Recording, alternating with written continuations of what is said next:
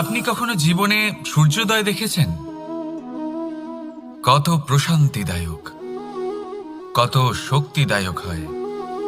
মনের মধ্যে যেন একটা নতুন প্রেরণা দান করে, একটা নতুন উৎসাহ। কিন্তু যদি আপনি উঠতে দেরি করেন, তাহলে আপনি এই সূর্যোদয় দেখতেই পাবেন না। ঠিক এরকমই হয় আমাদের জীবনেও। সুযোগ সূর্যোদয়ের মতো। যদি আপনি আপনার জীবনে দরকারের চেয়ে বেশি অপেক্ষা করেন এই সুযোগের সদ্ব্যবহার করতে, তাহলে এই সুযোগ আপনার অপেক্ষা কখনোই করবে না, তা চলে যাবে। সেই জন্য এদের সামলে রাখুন। সঠিক সময় আসলে এই সুযোগের সদ্ব্যবহার করুন, নিজের কর্মকে সম্পূর্ণরূপে সার্থক করুন। এটাকে এক মুহূর্তের মতো দেখুন।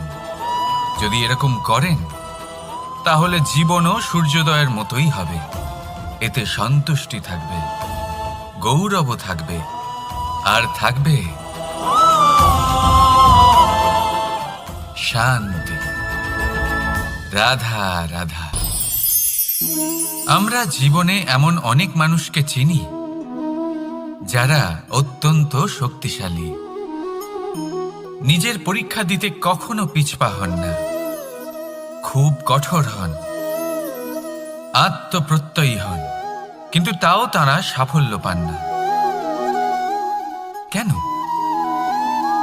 কি কারণ হতে পারে এর?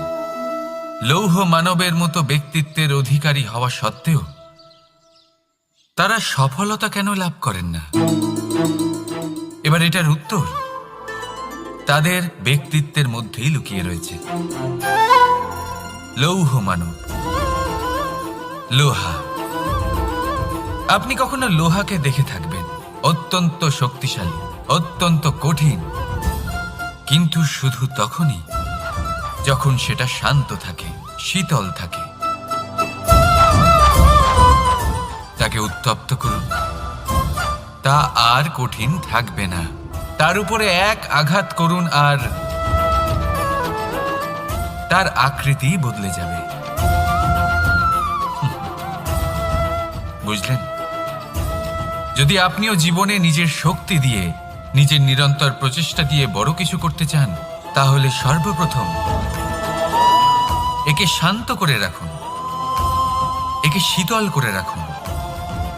জীবনে যা পেয়েছেন তাতেই সন্তুষ্টি পেতে শিখুন। এই ক্রোধের তাপে নিজেকে বদলাবেন না।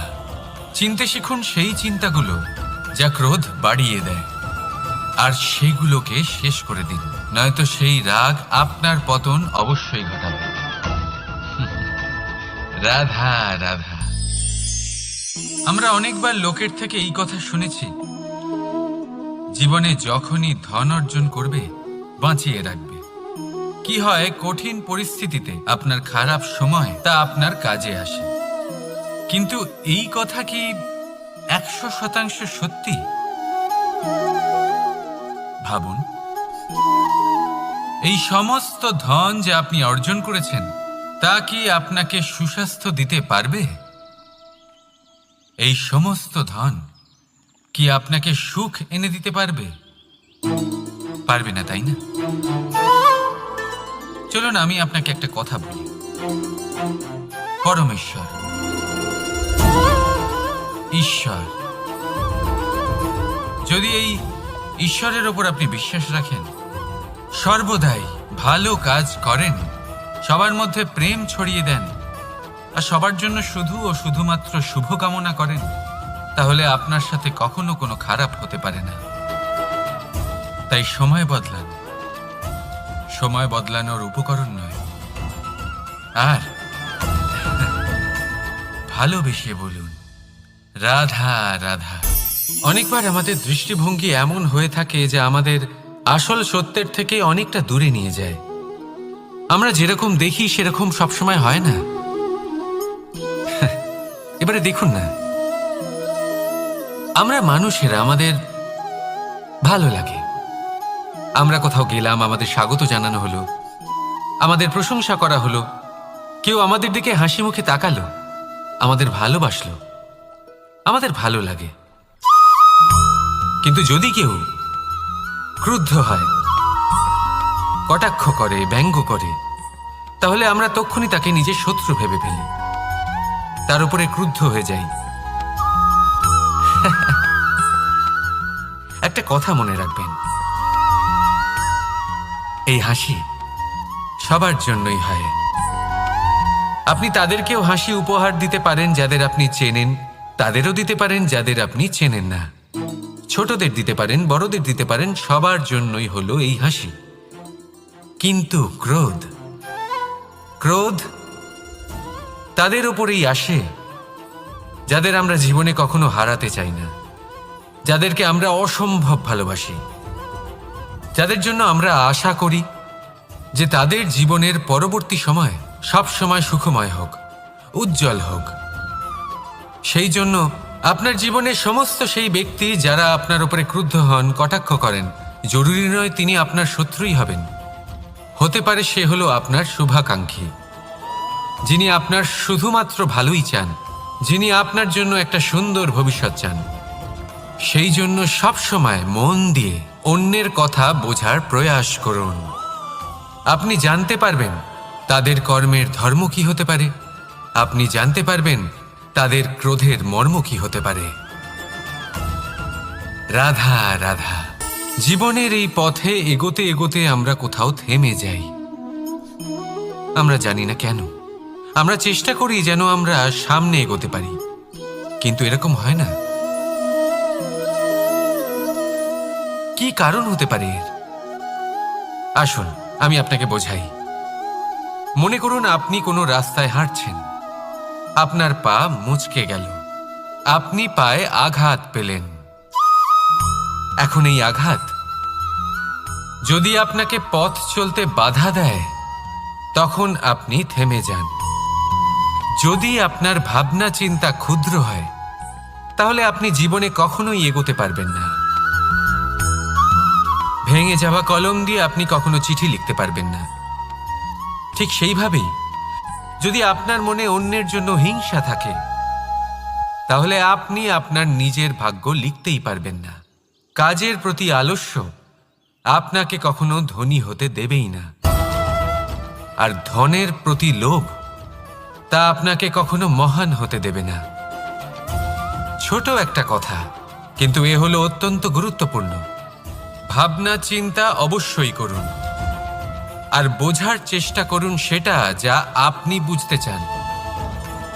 হতে পারে আপনি এমন কোনো পথ খুঁজে পেলেন যার ফলে আপনি কোনো খারাপ পথে যেতে যেতে থেমে গেলেন, বা আপনি এমন কোনো অর্থ খুঁজে পেলেন যা আপনাকে মহান হবার পথে অগ্রসর করে দিল। রাধা রাধা। অহংকার এ হলো ছোট একটা শব্দ, কিন্তু এর প্রভাব অত্যন্ত বৃহৎ হয়ে থাকে। আর সব থেকে বড় সমস্যা হলো মানুষ আজ অবধি বুঝতেই পারেনি যে এই অহংকারের বাস্তব রূপ কিরকম। কেউ একে গর্বের নাম দেন, কেউ একে আত্মসম্মানের নাম দিয়ে থাকেন, এবং কোথাও একটা এমন সময় চলে আসে যখন সময় এই অহংকারকে ভেঙে খান খান করে দেয়। আর তখন না গর্ব আপনাকে বাঁচাতে পারে, না আপনার আত্মসম্মান। এখন যদি আপনাকে উদাহরণ দিই, তাহলে যেখানে আপনি বসে আছেন সেই ঘরেই ওপরে তাকান, সেই ছাদের দিকে।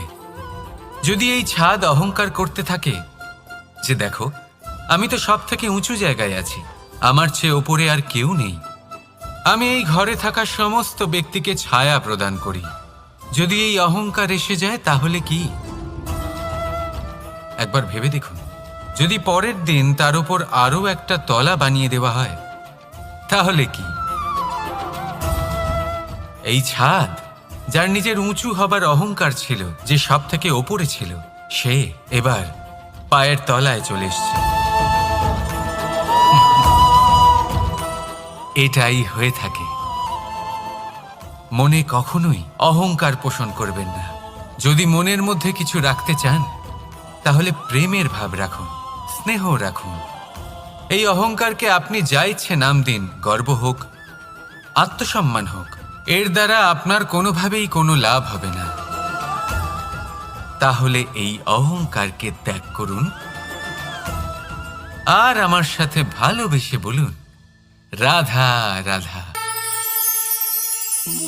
একটা সিদ্ধান্ত। এই জীবনে একটা সিদ্ধান্তের গুরুত্ব কি হতে পারে তা কখনো ভেবে দেখেছেন? একটা সিদ্ধান্ত সেই ভিত্তি হতে পারে যা আপনার পুরো জীবনকে বদলে দিতে পারে, এই সমস্ত সংসারকে বদলে দিতে পারে, ভবিষ্যৎ বদলে দিতে পারে। এই সিদ্ধান্ত যে কোন রাস্তা চয়ন করতে হবে, সেই সিদ্ধান্ত যে কখন সামনে এগোতে হবে আর কখন থেমে যেতে হবে, সেই সিদ্ধান্ত যে কখন যুদ্ধ করতে হবে আর কখন নিজেকে পিছু পা হতে হবে। এই সিদ্ধান্ত হলো খুব গুরুত্বপূর্ণ। আর আপনি তো এই সংসারে একা নন, তাই আপনার একটা সিদ্ধান্ত শুধু আপনার জন্যই নয়, সমস্ত সংসারের জন্য গুরুত্বপূর্ণ হতে পারে। এবার এই সিদ্ধান্ত আপনারই হবে। ভাবনা চিন্তা করে নেবেন, সাফল্য পাবেন। রাধা রাধা। ভবিষ্যৎ। সংসারে এমন কোন ব্যক্তি আছেন যিনি নিজের ভবিষ্যতের বিষয় ভাবেন না? যে কেউ ভাবেন আমার ভবিষ্যৎ কিছু এরকম হবে, আমি ভবিষ্যতে এরকম কিছু একটা করব, এই সুবিধা থাকবে, এই আনন্দ পাবো, ইত্যাদি ইত্যাদি। কিন্তু সত্যি বলি, ভবিষ্যতের থেকে বড় ভণ্ড আর কেউ নেই। ভবিষ্যৎ আপনাকে ছেড়ে চলে যাবে, আপনি জানতেও পারবেন না। ভবিষ্যৎ আপনার থেকে আপনার বর্তমান কেড়ে নেবে। অনেক সময় আমরা ভবিষ্যতের বিষয় ভাবতে থাকি, দুশ্চিন্তা করতে থাকি। ভবিষ্যৎ দিয়ে নিজেকে এতটাই ঘিরে ফেলি যে বর্তমান কি তা ভুলেই যাই, তার বোধই আমাদের থাকে না। ভাবুন, ভবিষ্যৎ কি? ভবিষ্যৎ হলো সেটাই যা এখনো পর্যন্ত ঘটেনি। বর্তমান হলো সেটা যা এখন ঘটছে। তাহলে যা এখনো ঘটেইনি তার বিষয়ে দুশ্চিন্তা করে নিজেকে ব্যতিব্যস্ত কেন করছেন? এই বর্তমান, এটাই হলো গুরুত্বপূর্ণ। এর উপরে সমস্ত ভাবনা কেন্দ্রীভূত করুন। মনে লক্ষ্য অবশ্যই রাখুন, কিন্তু পুরো মনোযোগ শুধু বর্তমানে থাকবে। এই বর্তমানকে যদি সামলে নিতে পারেন, তাহলে আপনার ভবিষ্যৎ এমনি উজ্জ্বল হয়ে উঠবে।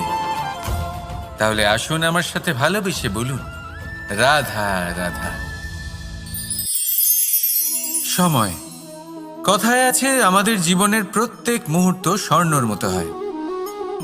এবার হয় আমরা একে নিজেদের কাছে রাখতে পারি বা একে আমরা চলে যেতে দিতে পারি, কারণ এই ছোট ছোট মুহূর্তই আছে যা আমাদের জীবনকে গড়ে তোলে। এখন এই জীবন কেমন হবে তা আমাদের উপর নির্ভর করে। যদি আপনি একটা মুহূর্তের যত্ন না নেন, যদি আপনি এক মুহূর্ত ভালো না বাসেন, যদি আপনি এক মুহূর্ত স্নেহের আনন্দ না উপভোগ করতে পারেন, তাহলে দেখতে দেখতেই আপনার সমস্ত সময় নষ্ট হয়ে যাবে, আপনি জানতেও পারবেন না। অর্থাৎ এই সময় স্বর্ণ হতে পারে না। তবে আমরা একে স্বর্ণ বানিয়ে নিতে পারি আমাদের চেষ্টার মাধ্যমে। এই সময় শুধু একটি লাঙল যা মাটির সাথে লড়াই করতে পারে, আর কিছু নয়। একটা অত্যন্ত গুরুত্বপূর্ণ কথা মনে রাখবেন, আপনার কাছে শুধু সময় আছে।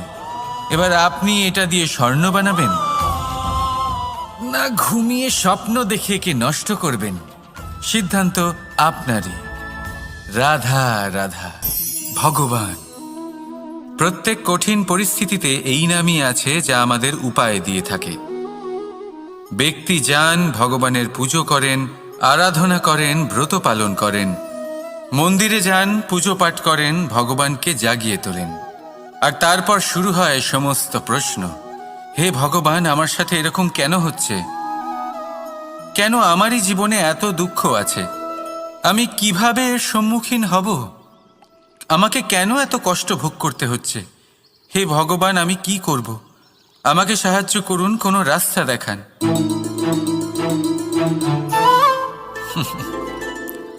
চলুন আমি আপনাকে একটা প্রশ্ন করি।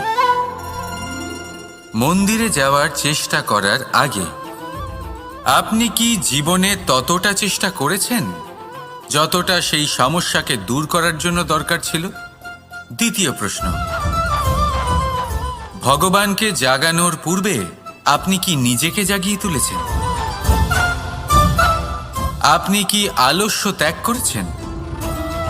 তৃতীয় প্রশ্ন, ভগবানকে জিজ্ঞাসা করার আগে আপনি কি নিজেকে জিজ্ঞাসা করেছেন যে আমি কেন এত অসফল হচ্ছি? যদি না করে থাকেন তাহলে সবার আগে এটা করুন। আপনি সমস্ত প্রশ্নের উত্তর পাবেন, সমস্ত বিপদের পরিত্রাণ পাবেন। অন্য কোথাও নয়, নিজের ভেতরে তাকিয়ে দেখুন। চেষ্টা করুন নিজেকে জাগিয়ে তোলার। আপনি সফল অবশ্যই হবেন, কারণ এই পরমাত্মা, ওই পরমেশ্বর, ওই পরব্রহ্ম আপনার মধ্যেই তো আছে। রাধা রাধা। নাম। জন্মগ্রহণের পর মানুষের জন্য এই নাম অত্যন্ত গুরুত্বপূর্ণ হয়। মাতা, পিতা, পুরোহিত সকলেই সেই অক্ষর খুঁজতে শুরু করেন যা দিয়ে আপনার নাম শুরু হবে। কিন্তু নাম আর রাশি এক হয়ে গেলেই কি সব কিছু ঠিক হয়ে যায়? কখনোই নয়, কারণ আপনার কর্মই হলো সব থেকে গুরুত্বপূর্ণ, আর কিছুই নয়। দেখুন, এই নিয়তিও আপনার কর্ম অনুযায়ী আপনার ভবিষ্যৎ সুনিশ্চিত করে। যদি আপনাকে উদাহরণ দিই তাহলে ভাবুন, একদিকে ছিলেন রাম আর অন্যদিকে রাবণ। দুজনেরই নাম শুরু হয় র দিয়ে, কিন্তু একজন পেলেন এক ভয়ানক পরিণতি আর অন্যজন সমগ্র সংসারের মনে চিরস্মরণীয় হলেন। তাহলে মনে রাখবেন, নাম নয়, কর্মই হলো শ্রেষ্ঠ। আর যদি তা শ্রেষ্ঠ হয় তাহলে আপনার নাম এমন স্থানে পৌঁছবে যা সংসারের কেউ মুছে ফেলতে পারবে না। তাহলে আসুন আমার সাথে ভালোবেসে বলুন, রাধা রাধা। অনেক সময় যখন আমরা কর্ম করি, সাফল্য লাভ করি, কঠিন পরীক্ষায় উত্তীর্ণ হই, বড় কাজ করি, আমাদের মনে হয় এই সংসার আমাদের একটু প্রশংসা করুক, ভালো লাগে। অনেকবার মনে হয় এটা হলো আমাদের কর্মের ফলই বটে, আমরা আনন্দ পাই। কিন্তু যখন আমরা এই প্রশংসা পাই না, তখন কি হয়? আমরা দুঃখী হয়ে যাই, ভেঙে পড়ি। মনে হয় যেন আমার জন্য কেউ চিন্তাই করে না। এমন মনে হয় যেন আমাদের আনন্দে অন্য কেউ আনন্দই পায় না। অনেক রকম ভাবনা আসে। কিন্তু আমি আপনাকে একটা প্রশ্ন করতে চাই, আপনি যে কাজই করেন না কেন, যে কর্মই করেন না কেন, তা কি শুধুমাত্র প্রশংসার জন্য করেন? যদি এরকম হয়ে থাকে তাহলে সেই ভাবনা এক্ষুনি ত্যাগ করুন, কারণ এই প্রকৃতি আমাদের অন্য শিক্ষা দেয়।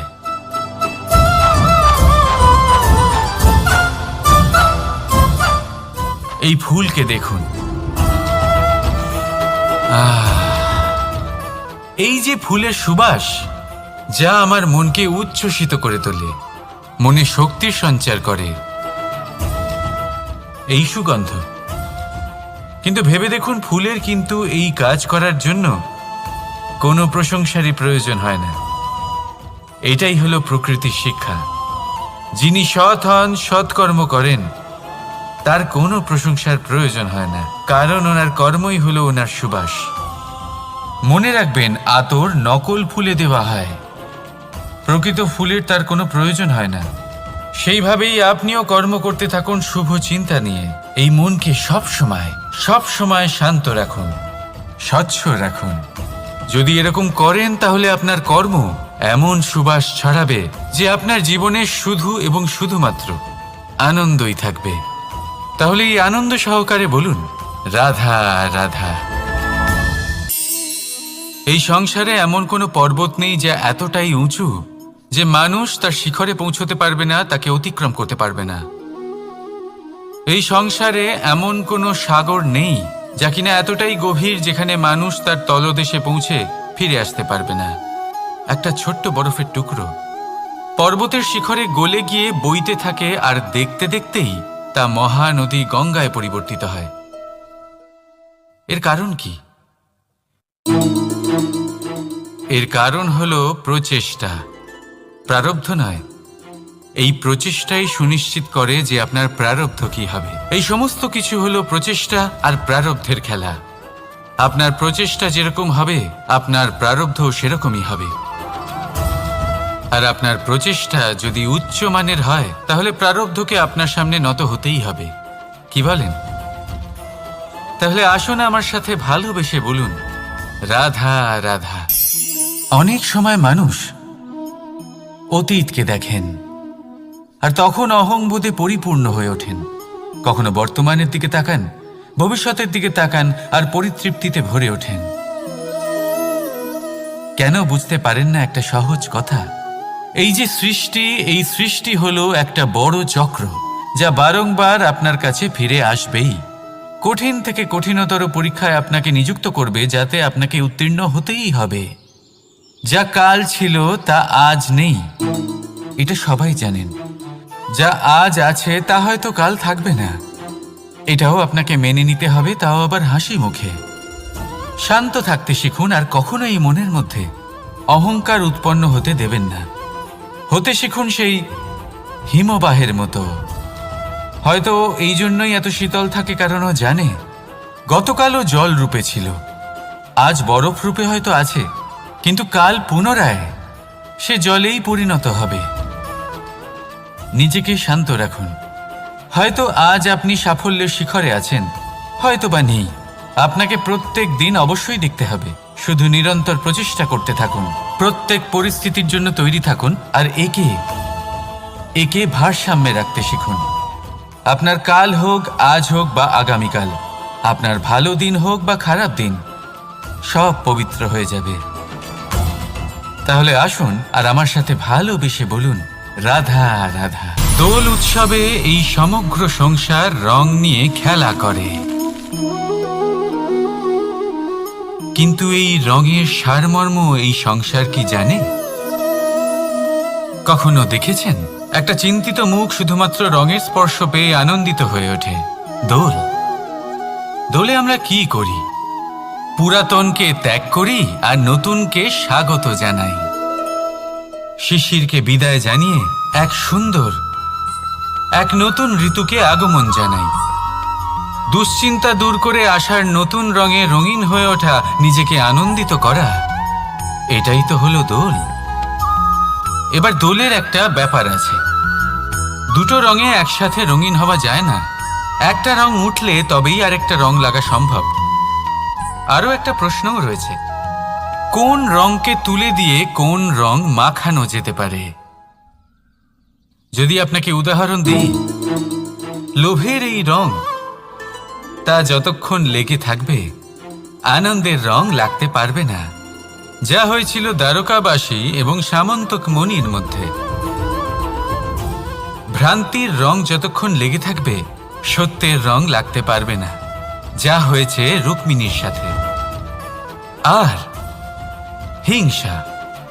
হিংসার এই রং যতক্ষণ লেগে থাকবে প্রেমের রং ততক্ষণ লাগতেই পারবে না, যা হয় আপনার আমার সবার সাথে। তাহলে আসুন একসাথে মিলে দোল পালন করি এবং সবকিছুর উপরে বিজয় লাভ করি। অন্ধকারের স্থানে আলোর, ভ্রান্তির স্থানে সত্যের, হিংসার স্থানে প্রেমের আর লোভের স্থানে আনন্দের এই সুন্দর রং মাখাই। শত্রুতা, ঘৃণা, হিংসা এই সব কিছু ত্যাগ করি আর সকলের সখা হয়ে উঠি। আর ভালোবেসে বলি, শুভ দোল। হ্যাঁ, ওটা তো আমরা অবশ্যই বলবো, রাধা রাধা। সংসারে অনেক সময় এরকম হয় যে আমরা খুব সমস্যায় থাকি, খুব বিপদের মধ্যে থাকি। আর সেই সমস্ত মানুষ যারা আমাদের কাছের মানুষ, আমাদের আপনজন, তারা আমাদের ত্যাগ করে চলে যান। আমরা এই সময় দুঃখ পাই, নিরাশ হয়ে পড়ি এবং একা একাই সেই সমস্যাকেও কাটিয়ে উঠি। এবার পরিস্থিতি যেমন খুশি হোক না কেন, সেই সব মানুষ যারা এমন সময় আপনাকে ত্যাগ করেছেন তাদের প্রতি ক্রুদ্ধ হওয়া, অভিমান করা, এটা অনুচিত। আমি বলবো তাদের প্রতি কৃতজ্ঞ থাকুন। আমি বলবো তাদের ধন্যবাদ জানান যে তারা এমন সময় আপনার সঙ্গ ত্যাগ করেছেন যখন আপনার তাদের সব থেকে বেশি প্রয়োজন ছিল।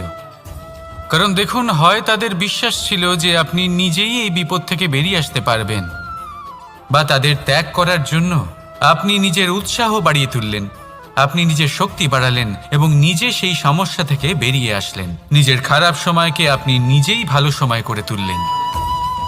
শেষ পর্যন্ত আপনি আরো শক্তিশালী হয়ে উঠলেন, আরো শ্রেষ্ঠ হয়ে উঠলেন। আর এটাই তো আপনার বিজয়, যার কারণ হলো তাদের আপনাকে ত্যাগ করা। তাহলে তাদের ধন্যবাদ জানান আর আমার সাথে ভালোবেসে বলুন, রাধা রাধা। ধন, ধন হলো কারোর জন্য মোহ, আবার কারোর জন্য মায়া, কারোর জন্য হয়তো ভাগ্য, আবার কারোর জন্য কর্মের পারিশ্রমিক। দেখতে গেলে এই ধন হয়তো সবার জন্যই অত্যন্ত প্রয়োজনীয় হয়ে থাকে।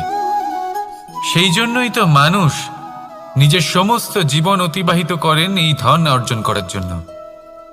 অনেক মানুষ এমনও হয় যাদের সমস্ত জীবন এই ধন অর্জন করতেই কেটে যায়। প্রত্যেক মানুষই চেষ্টা করেন যেন তিনি ধনী হন, যত সম্ভব বেশি ধন অর্জন করতে পারেন, সম্পন্ন থাকতে পারেন। আর তা হবে নাই বা কেন? কারণ এটাই হলো এমন এক বস্তু যা আদান প্রদান এমন নানান কাজে আসে। চেষ্টা তো সব মানুষই করেন, ধন অর্জন সব মানুষ করতে পারেন না। কারণ হলো এটাই যে মানুষ ভাবেন যে তার কাছে কিছু ধন এলে তারপর তিনি কিছু করে দেখাবেন, আর ধন ভাবে যদি এই মানুষ কিছু করে দেখান তাহলে আমি তার কাছে আসব। সেই জন্য কিছু করে দেখান, এমন শ্রেষ্ঠ কাজ করে দেখান যাতে ধন নিজেই আপনার কাছে ছুটে আসে। যদি আপনি ধন লাভের আশায় ছোটেন তাহলে আপনি নিজের সন্তোষ ভাব হারিয়ে ফেলবেন। কিন্তু এই সম্পত্তি যদি আপনার কাছে ছুটে আসে তাহলে আপনাকে মহান বলা হবে। সেই জন্য কাজ করুন, শ্রেষ্ঠ কাজ করে দেখান, দেখবেন এই ধন ফলস্বরূপ আপনার কাছে আসবেই আসবে। তাহলে আসুন আমার সাথে ভালোবেসে বলুন, রাধা রাধা। আমাদের মনে সবসময় একটা প্রশ্ন এসেই থাকে, এই জীবন যা কিনা ঈশ্বর আমাদের দিয়েছেন, একটা জীবন। ঈশ্বর এক আত্মা দিয়েছেন পৃথিবীতে বাঁচার জন্য। যতদূর আমরা জানি আমাদের কাছে একটাই জীবন রয়েছে।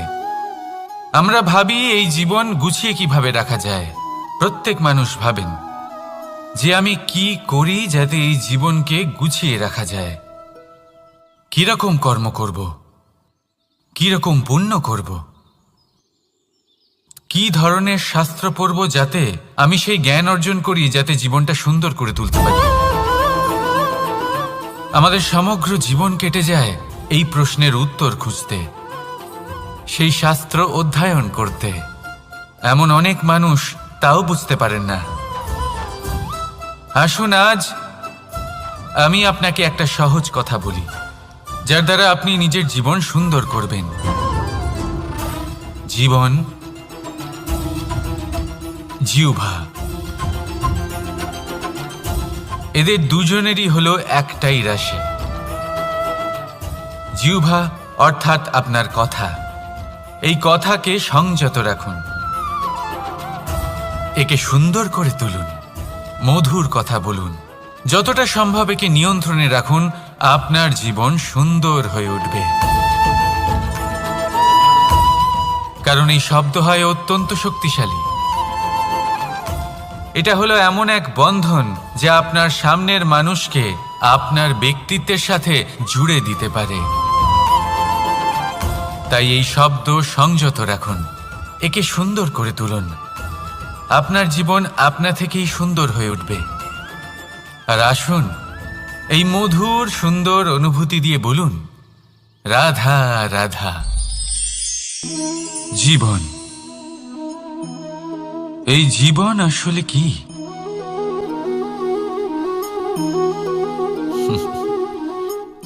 এই প্রশ্ন সবার মনেই এসে থাকে।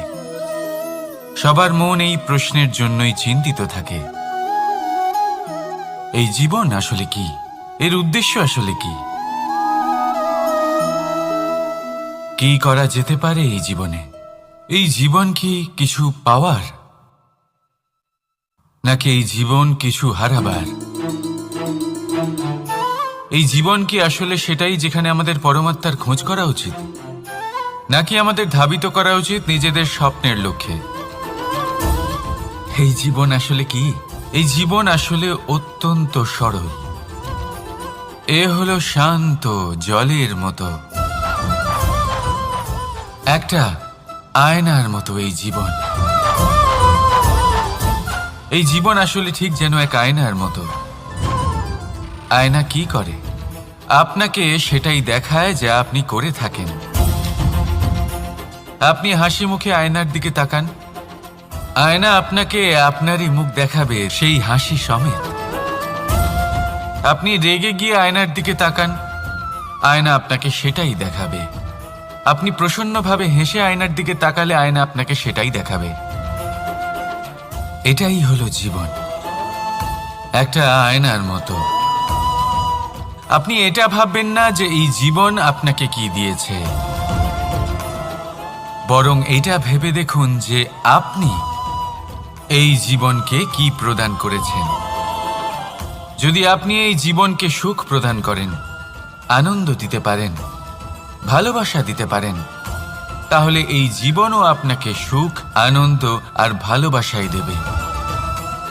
তাহলে আসুন এই সুখ, আনন্দ আর ভালোবাসা দিয়ে বলুন, রাধা রাধা। ধরিত্রীর বুকে গজিয়ে ওঠা এই দুব্ব ঘাস দেখেছেন? দুব্ব ঘাস, যা আমাদের পাকে শীতল রাখে। এতে যদি বসেন তাহলে মনে হবে নরম কোথাও বসে আছেন। এত ছোট হলেও কিন্তু এর মধ্যে গুণ আছে অনেকগুলি, আর যতটা ছোট এটা ততটাই বড় শিক্ষকও। কিভাবে? ভাবুন, পাতা ঝরার মরশুমের পরে সমস্ত পাতা একত্রিত হয়ে থাকে। একটা ছোট ফুলকি সবাইকে জ্বালিয়ে দিতে পারে, সমস্ত পাতা পুড়ে ছাই হয়ে যায়। কিন্তু এই ঘাসের কিছুই হয় না, সে যেমন ছিল তেমনই থাকে। কারণ কি হতে পারে? প্রথম কারণ, এরা ছোট হয়। দ্বিতীয় কারণ, এরা বিনম্র হয়, বড়ই সহজে দমে যায় এরা। তৃতীয় কারণ, এদের মধ্যে নমনীয়তা থাকে। আপনিও নিজেকে এরকমই বানিয়ে ফেলুন।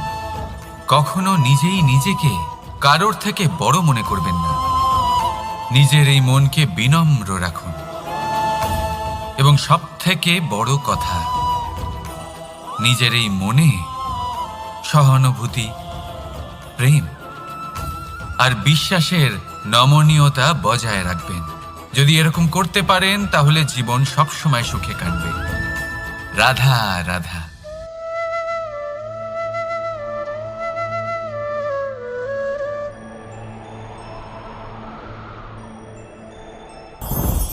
লোভ আপনার অন্তরের আরো একটা শত্রু। দেখতে গেলে এটা একটা শব্দ, একটা সংস্কৃত শব্দ। লব ধাতু থেকে উৎপন্ন হয়েছে। এর অর্থ কিছু লাভ করা। কিছু লাভ করা অনুচিত নয়, আরো কিছু লাভ করাও অনুচিত নয়, কিন্তু সব থেকে বেশি আমিই লাভ করব। আমি আরো চাই, আরো বেশি চাই, আরো বেশি পেতে চাই। এটাই হলো লোভ। আর এই লোভ যখন গ্রাস করে তখন আপনি যা পেতে চান, সে ধনই হোক বা মানই হোক, তা অর্জন করার জন্য মানুষ যে কোনো স্তরে পৌঁছে যেতে পারে। যদি মানুষ ধন অর্জন করতে চান তাহলে তার জন্য তারা অধর্মের পথেও চলতে পারেন। যদি সম্মান অর্জন করতে চান তাহলে অন্য মানুষকে ছোটও করতে পারেন। শেষ পর্যন্ত আপনার এটা মনে হতে পারে যে যদি একটু অল্পই প্রাপ্ত করতাম, কিন্তু ভালোবেসে প্রাপ্ত করতাম, এই জীবন আরো অনেক বেশি সুখী হতো। লোভ আপনার জীবনে, আপনার মনে কখন যে প্রবেশ করবে সেটা আপনি জানতেও পারবেন না। তাই এটা চিনতে শিখুন আর তৎক্ষণাৎ জীবন থেকে বাইরে ফেলে দিন। যা কিছু লাভ করতে চান তা ভালোবেসে লাভ করুন, আর সেই ভালোবাসার সাথেই বলুন, রাধা রাধা। জীবনে ক্ষমা চাওয়া তাও কিছুটা সহজ, ক্ষমা করতে পারা অত্যন্ত কঠিন। ক্ষমা। 2 অক্ষরের এই শব্দ হতে পারে, কিন্তু অত্যন্ত বড় এই শব্দ, অত্যন্ত গুরুত্বপূর্ণ এই শব্দ। কখনো কখনো অন্য কাউকে ক্ষমা করে দেওয়া তাও কিছুটা সহজ কাজ, কিন্তু নিজেকে ক্ষমা করতে পারা অত্যন্ত কঠিন হয়ে দাঁড়ায়। অতীতে যদি আমাদের এমন কোনো ভুল হয় যে কারণে আমরা নিজেকে ক্ষমা করতে পারি না, অনেক সময় এমন কিছু ভুল করে বসি যে বিষয় শুধু আমরাই জানি, কিন্তু আমরা নিজেকে ক্ষমাই করতে পারি না, আর আমাদের বিকাশ সেখানে স্তব্ধ হয়ে যায়। কারণ যদি আপনি ক্ষমা করতে না শেখেন, নিজেকে ক্ষমা যদি না করতে পারেন, তাহলে তা আপনার জীবনের সবথেকে বড় বাধা হয়ে দাঁড়াবে। সেই জন্য জীবনে অবশ্যই শিখুন যে কিভাবে নিজেকে ক্ষমা করতে হয়, আর শিখুন যে আগের করা ভুল আবার কি করে না করা যেতে পারে।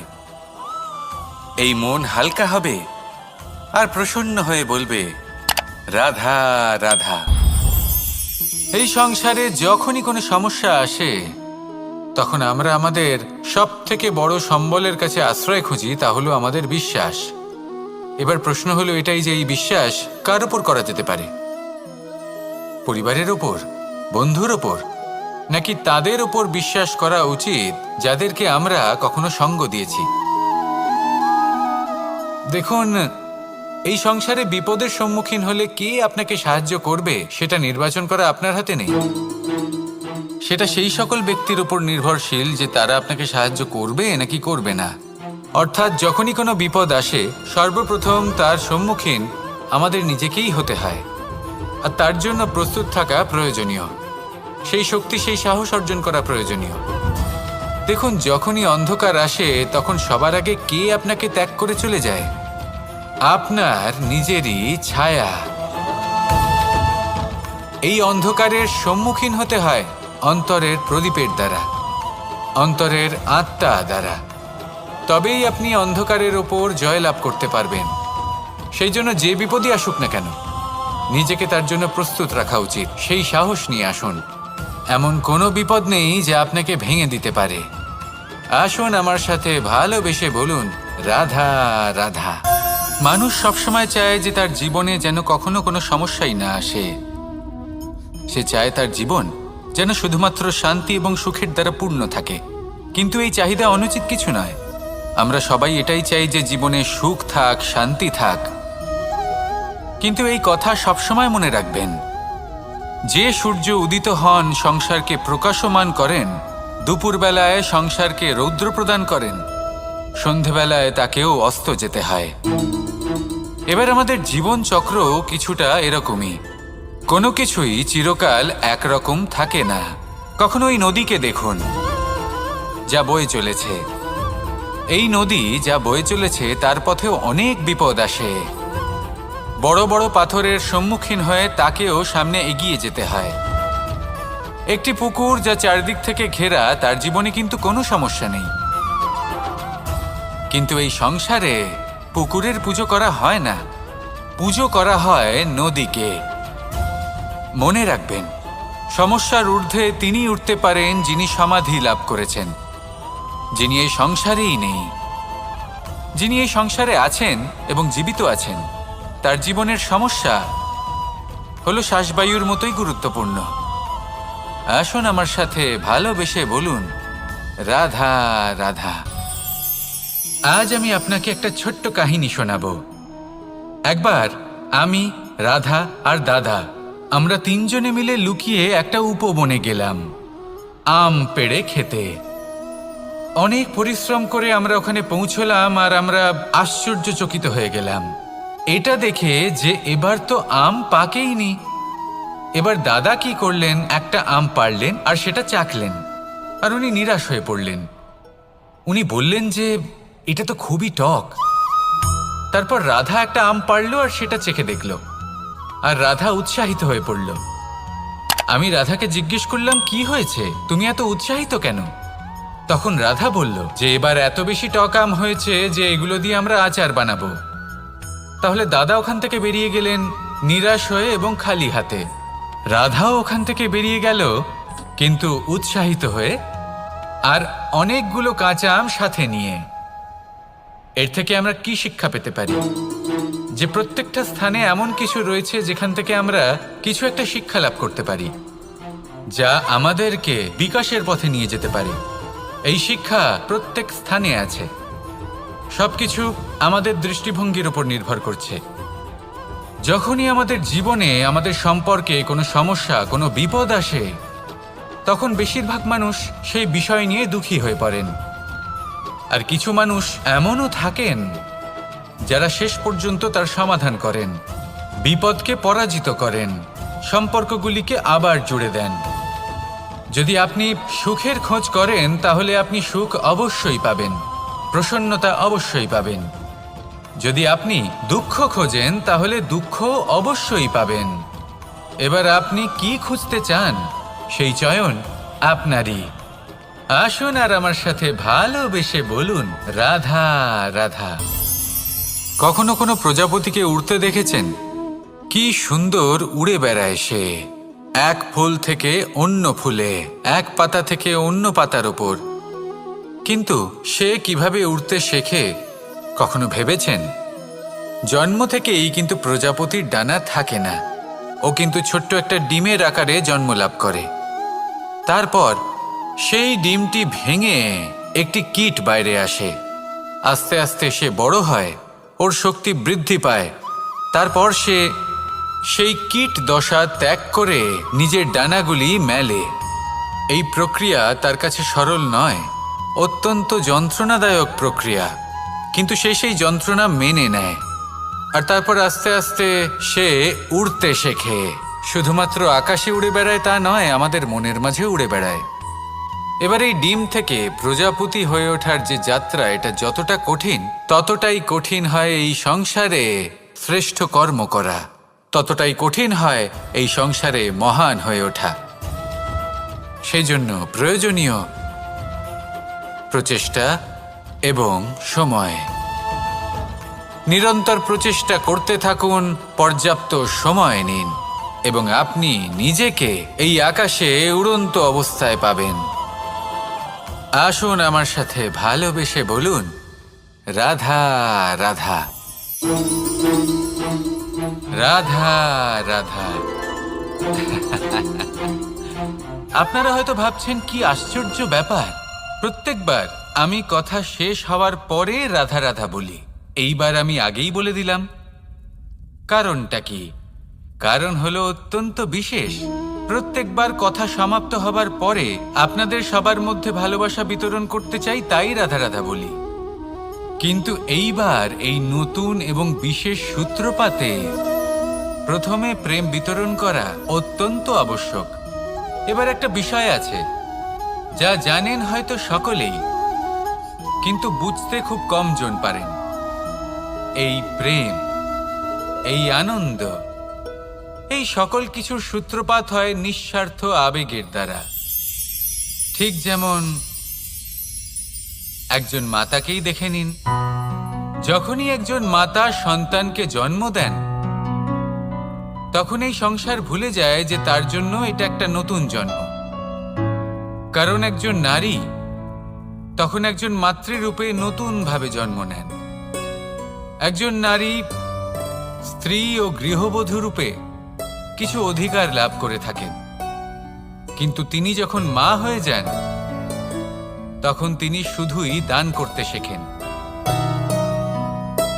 নিজের সন্তানের জন্য কত কিছুই না করেন, তাকে বাৎসল্যের সাগরে ভাসিয়ে নিয়ে যান।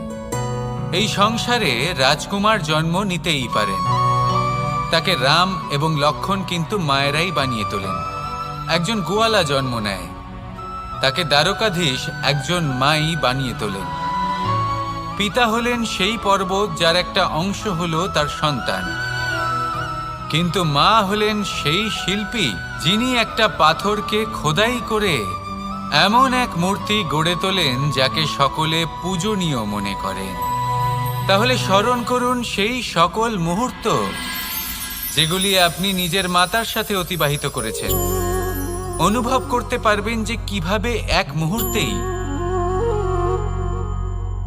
এই মন প্রফুল্ল হয়ে ওঠে। এবারের কারণ কি?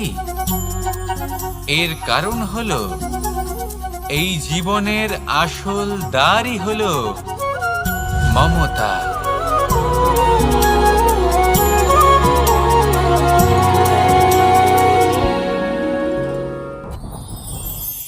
যত শক্তিশালী এই মন, তত শক্তিশালী এই শরীরও।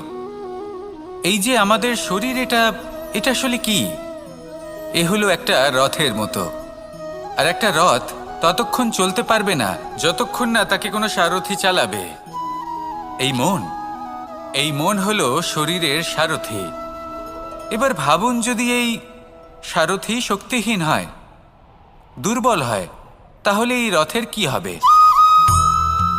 এটা উচিত পথে চলতে পারবে না, উচিত গতিতে চলতে পারবে না, মন মতো স্থানে এটা পৌঁছতেও পারবে না। সেই জন্য মনের শক্তি অত্যন্ত প্রয়োজনীয়। এবার মনের শক্তি আমরা কোথা থেকে লাভ করি?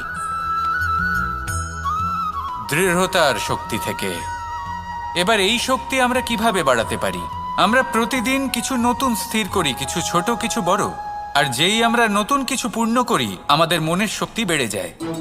আর যদি পূর্ণ না করতে পারি, মনের শক্তি কমে যায়। একটা দেওয়ালের মতো ছোট ছোট ছোট ছোট শিলা আমরা একটার পর একটা স্থাপন করে একটা দেওয়াল তৈরি করি। এতগুলো পাথর যখন একত্রিত হয়ে যায়, তখন এমন এক দেওয়াল তৈরি হয় যাকে ভাঙা প্রায় অসম্ভব হয়ে দাঁড়ায়। সেরকমই হয় মন এবং দৃঢ়তা। ছোট ছোট কাজ করে নিজের লক্ষ্য পূর্ণ করুন। এই লক্ষ্য যদি পূর্ণ হয়, তবে মনের শক্তি বাড়বে।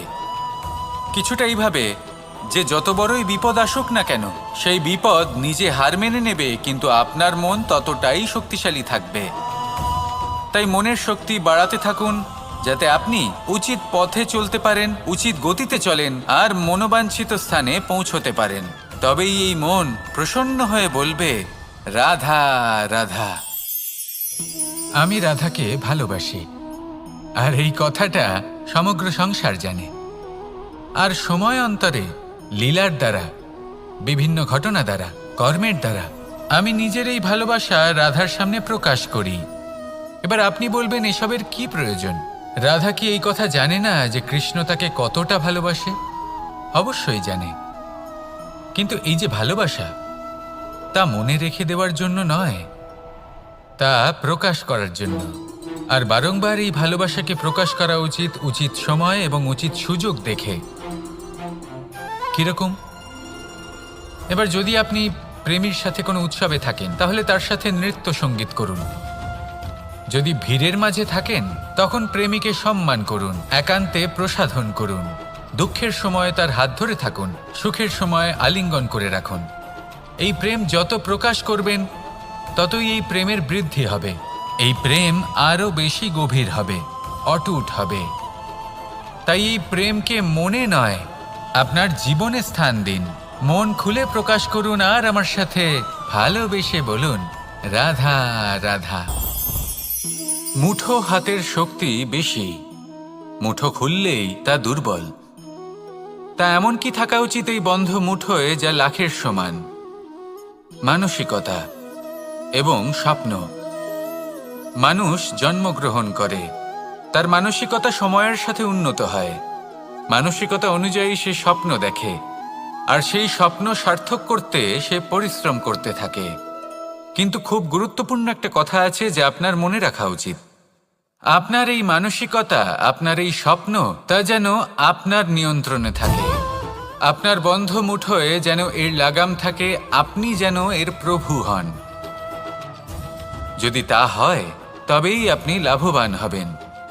যদি এরা আপনাকে নিয়ন্ত্রণ করতে থাকে, যদি আপনার মুঠো খুলে যায়, না পথ আপনার নিয়ন্ত্রণে থাকবে, না মানসিকতা থাকবে, না স্বপ্ন নিয়ন্ত্রণে থাকবে। আর যদি তাই হয়, তাহলে আপনি আপনার ভবিষ্যৎ নষ্ট করে ফেলবেন। তাই নিয়ন্ত্রণ করতে শিখুন নিজের বিচার বুদ্ধি, নিজের মানসিকতা, নিজের স্বপ্নকে। নিজের এই স্বপ্ন পূরণ করুন আর আমার সাথে ভালোবেসে বলুন, রাধা রাধা। আমার কাছে যশোদা মা যেমন, আমার কাছে দেবকী মা যেমন, আমার কাছে ঠিক তেমনই হলেন গোমাতা। এবার ভেবে দেখার বিষয় হলো এটা, যে এই সংসারে অসংখ্য প্রাণী আছে। একজন গাইকে একজন মায়ের মর্যাদা কেন দেওয়া হয়? তাহলে এর অনেকগুলো কারণ আছে। এই গাই অর্থাৎ গোমাতা, এনারা হলেন অত্যন্ত শান্ত, শান্তিপ্রিয়, কখনো কারোর কোনো ক্ষতি করতেই পারেন না। গোমাতা যে দুধ নিজের বাছুরকে পান করান সেই দুধই আমাদেরও দেন। সেই দুধ পান করে আমরা শক্তি লাভ করি। এই দুধ থেকে আমরা মাখন, ঘি, পায়েস এইসব সুস্বাদু খাবার লাভ করি। গোমাতার গোবর আমাদের জ্বালানি হিসেবে সাহায্য করে, যার ফলে খুব কম সংখ্যক কাঠ ব্যবহার করা যায় এবং বেশিরভাগ জঙ্গল সুরক্ষিত থাকে। গোমাতার গোমূত্র সেটাও আমাদের কাছে লাভজনক। এর দ্বারা আমরা অনেক রোগ থেকে মুক্তি লাভ করতে পারি। গোমাতা যখন একটি বাছুরকে জন্ম দেন তখন সেই বড় হয়ে আমাদের ক্ষেত কর্ষণ করে। সেই জন্য গাইকেও জীবনে মায়ের মর্যাদা দেবেন। যতটা সম্ভব তাকে সেবা করুন এবং ভালোবেসে তাকে পালন করুন। এই মন নিজে থেকেই প্রসন্ন হয়ে বলবে, রাধা রাধা। ধন, সম্পদ, ঐশ্বর্য, মানুষ হয় নিজের সৌভাগ্যের দ্বারা এগুলো লাভ করে থাকেন বা কর্মের দ্বারা। সৌভাগ্য আসলে কি? গ্রহের দশা যা প্রত্যেক মুহূর্তে বদলাতে থাকে। কর্মের মাধ্যমে যখন আপনি ধন অর্জন করেন তখন সেই ধন আপনার আগামী প্রজন্ম লাভ করে। সেটা হয় সে ভোগ করে বা তার জন্য তার ভোগান্তি হয়। আর এটা নির্ভর করছে আপনার কর্মের ওপরে। কি কর্ম করেছেন আপনি সেই ধনকে লাভ করার জন্য। যদি আপনি সৎ পথে চলেন, নিষ্ঠা ভরে আপনি কর্ম করে থাকেন এবং তার ফলে আপনি ধন অর্জন করে থাকেন, তাহলে আপনার আগামী প্রজন্ম সেটা ভোগ করবে, সেটা প্রয়োগ করবে নিজের বিকাশের জন্য। কিন্তু যদি আপনি কুকর্ম করে থাকেন, কোনো রকম ছলনা করে থাকেন এই ধন লাভ করার জন্য, তাহলে 100% আপনার আগামী প্রজন্মকে এর জন্য ভুগতেই হবে। তাহলে আপনি কি চাইবেন? যে আপনার আগামী প্রজন্ম সুখ ভোগ করবে নাকি আপনার কুকর্মের পরিণাম ভোগ করবে? নির্বাচন আপনারই। আসুন আমার সাথে ভালোবেসে বলুন, রাধা রাধা।